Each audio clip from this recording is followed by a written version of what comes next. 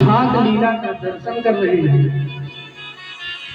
कि बाद बड़े बड़े विद्वान पवित्रता से भोजन बनाने के बाद भगवान को भोग लगाते हैं। ओम अभ्यासीनं वृक्षवंशिष्णोर्व्योर्षमवर्धनात् अद्भ्यां भूमिर्दिशः सूत्रादधालोकान् कल्पयन्त्याम्। ऐसा वैदिक मंत्र पढ़ करके सभी विद्वत जन भगवान को भोग लगाते हैं, आवाहन करते हैं, पर भगवान फिर भी नहीं जाते।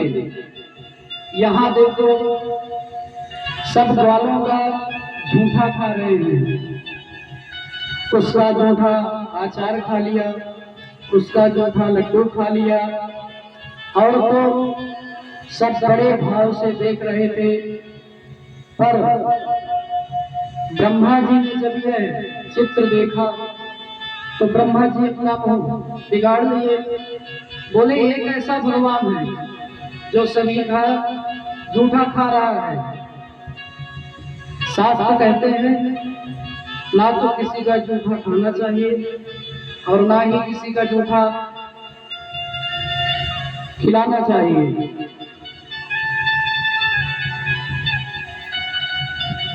ये परमात्मा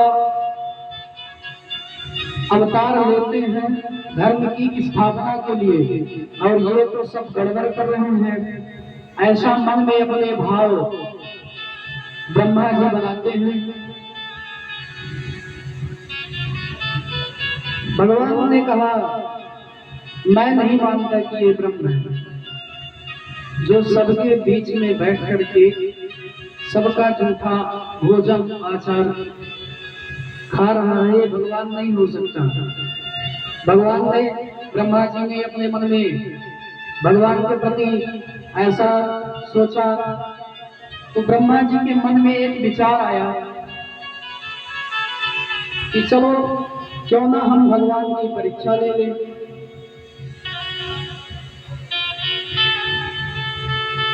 तो ब्रह्मा जी तुरंत ब्रह्मलोक से उतर करके वृंदावन की पुनीत धरती पर भगवान की परीक्षा लेने के लिए पहुंचे।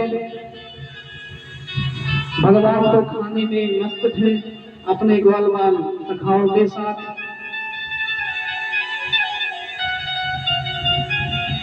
तो ब्रह्मा जी ने क्या किया कि जो भगवान के बछड़े थे जिनका चारण करने के लिए भगवान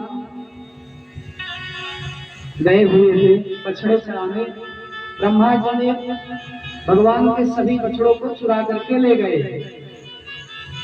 जब प्रभु ने देखा तो बोले हे ब्रजवासियों, खाते ही रहोगे या बछड़ों को भी देखोगे? बछड़ा काहू न दिख रहे। तब भगवान ने कहा कि तुम यही बकरो ग्वाल बाल सखाओ को अपने। बोले मैं जाता हूं और मैं जाकर देख कर आता हूं।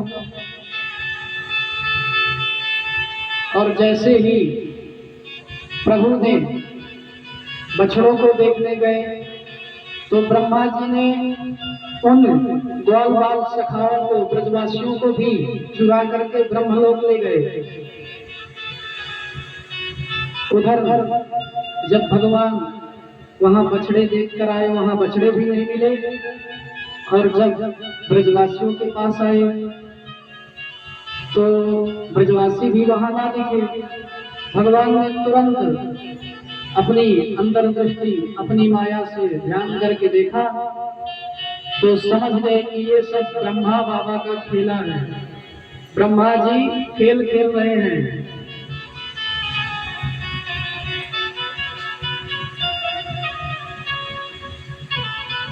भगवान बोले अच्छा विधाता आज मेरी परीक्षा लेने आए हैं, चलो इनको परीक्षा देते हैं। भगवान ने तत्काल संकल्प किया और उतने ही ग्वाल बाल सखा बछड़े आदि बन गए। और केवल ग्वाल बाल सखा बछड़ा बस नहीं धरने भगवान ने जो जैसे बछड़े थे उसी प्रकार बछड़े बन गए। जो ग्वाल बाल सखाए जैसे थे वैसे ही भगवान भी बन गए। जैसा उनका स्वभाव था भगवान ने अपना भी स्वभाव उसी प्रकार बना लिया। जैसे जो वस्त्र पहने हुए थे भगवान ने वस्त्र भी उसी प्रकार बना लिए। यहाँ तक कि श्री सुखाचार्य जी महाराज राजा परीक्षित से वर्णन कर रहे हैं कि भगवान ने लाठी डंडे जूते चप्पल तक ग्वाल बालों के बन गए जैसे ग्वाल बालों के थे। और भगवान 1 साल तक इसी प्रकार ब्रज में लीला कर रहे हैं। डेली सभी ग्वाल बाल सखा सखाओं के यहाँ जा रहे हैं, बछड़े बन करके जा रहे हैं और अपनी लीला कर रहे हैं। यावद वत्स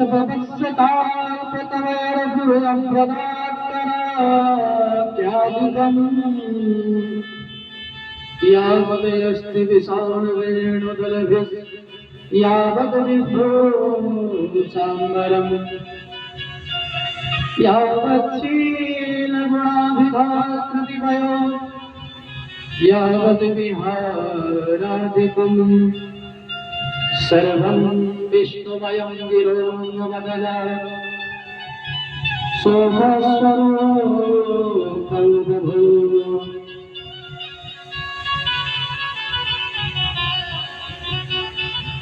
स्वयं जब ब्रह्मा जी ने आकर के ब्रज में देखा कि यहाँ तो ग्वाल बाल बछड़े सब यहीं पर है उसी प्रकार चल रहे हैं, उसी प्रकार भगवान जैसे भोजन करते थे अपने ग्वाल बाल सखा सखाओं के साथ वैसे ही भगवान सभी के साथ भोजन कर रहे हैं, कीड़ा कर रहे हैं, खेल रहे हैं उन्हीं के साथ।